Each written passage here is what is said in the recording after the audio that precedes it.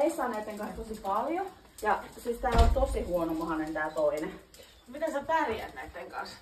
No me löydettiin tietenkin uusi sellainen Specificin vähärasvainen ruoka, mikä on myös hypoallergeeninen, kun tälle tulee tosi helposti iho-oireita monesta asiasta. Se on ollut kyllä ihan meille pelastus. Miten tommonen ruoka sitten maistuu? No tämähän on ollut vähän huono syömään, mutta tätä ruokaa se on syönyt kyllä siis ihan älyttömän hyvin. Ja niin päästetään sinne vapaan. Hei, mä oon Kankaala Riitta Dekralta ja kerron teille nyt lyhyesti Specificin erikoisruokavalioista suolistohäiriöiden hoitoon. Tuossa äsken videolla nähty tilanne liittyen matkustavan lemmikin akuutteihin mahavaivoihin on varmasti monelle lemmikinomistajalle, eläinlääkärille ja klinikkaeläinhoitajalle varsin tuttu. Näillä suolistohäiriöiden hoitoon tarkoitetuilla erikoisruokavalioilla niin pystytään onneksi tämmöisissäkin ongelmissa tulemaan hätiin ja saamaan apua. Ravitsemuksellinen tuki suolistohäiriöiden hoidon yhteydessä on tosi tärkeää.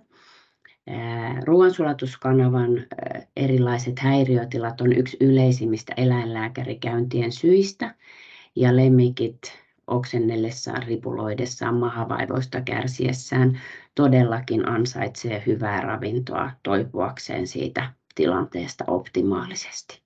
Erikoisruokavaliot onkin tosi tärkeä osa ruoansulatuskanavan häiriöiden tukihoitoa.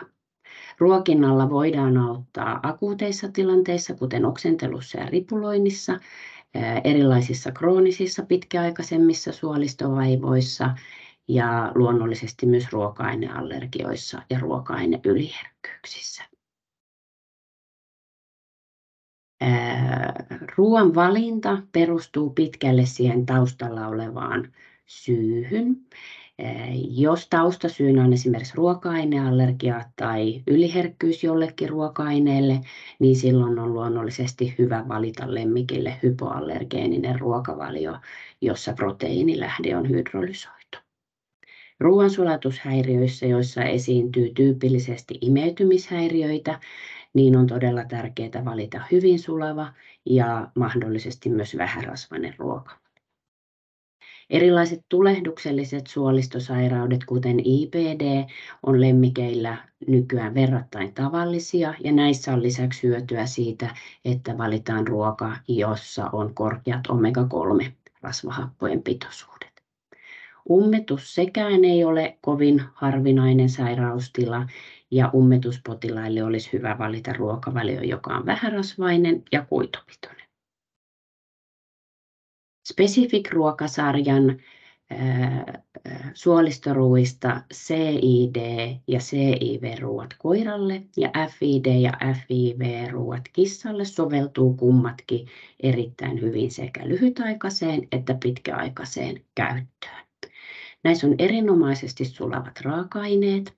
Näihin on lisätty kivennäisaineita ja rasvaliukoisia vitamiineja ja lisäksi näissä on elektrolyyttilisä kompensoimaan ripuloinnin ja oksentelun aiheuttamia menetyksiä. Specific suolistoruuat tukee myös tervettä suoliston mikrobiomia, suolen seinämän eheyttä ja elimistön omaa immuunijärjestelmää. Ja näitä kumpaakin sekä kissan että koiran ruokaa, niin sieltä löytyy siis kuivaruoka ja märkäruoka. Sitten meidän uusin uutuus tälle suolistopuolelle on Specific Digestive Support Low Fat, eli CID Low Fat. Tämäkin ruoka on erinomaisesti sulavaa. Tämä on lisäksi erittäin vähärasvaista. Tämän rasvapitoisuus on vain 7% kuiva-aineesta. Tämän ruoan omega-3-rasvahappopitoisuustasot on korkeat ja se mikä tässä ruoassa on ainutlaatuista, niin tämä on kaiken lisäksi vielä hypoallergeeninen, eli tässä on proteiinilähteenä meidän allergiaruuista tuttu hydrolysoitu lohiproteiini ja hiilihydraattilähteenä tapiokajuhrikas. CID low fat ruoasta hyötyvät erityisesti esimerkiksi haiman vajaatoimintaa potevat lemmikit, haimatulehdusta sairastavat lemmikit ja sitten yksi iso potilasryhmä on erilaisia tulehduksellisia suolistosairauksia sairastavat lemmikit. Tätä on tällä hetkellä saatavilla kuivamuonana, mutta ensi syksyn alussa myyntiin tulee myös märkäruoka 2 eri pakkauskohossa. Tämä on erinomaisen ihana ja tosi hyvin vastaanotettu ruoka ja ollakseen näin vähärasvainen ja hydrolysoitu, niin tämä on lisäksi myös erittäin hyvin maistuva. Ja tähän loppuun näettekin videon siitä, miten hyvin CID-loufat maistuu sirakoiralle. Tuon Siran videon jälkeen niin vastaan vielä lyhyesti lyhyen kyselyyn, niin olet mukana kivojen Dekra-tuotepalkintojen arvonnassa. Aina kun me matkustetaan, niin me syödään tätä Digestive Low-Fat-ruokaa. Tää sopii ihan älyttömän hyvästi Siran mahalle. Tää on vähän rasvainen ja tää on lisäksi hydrolysoitu. Ja tää maistuu ihan tosi hyvälle. Hieno tyttö!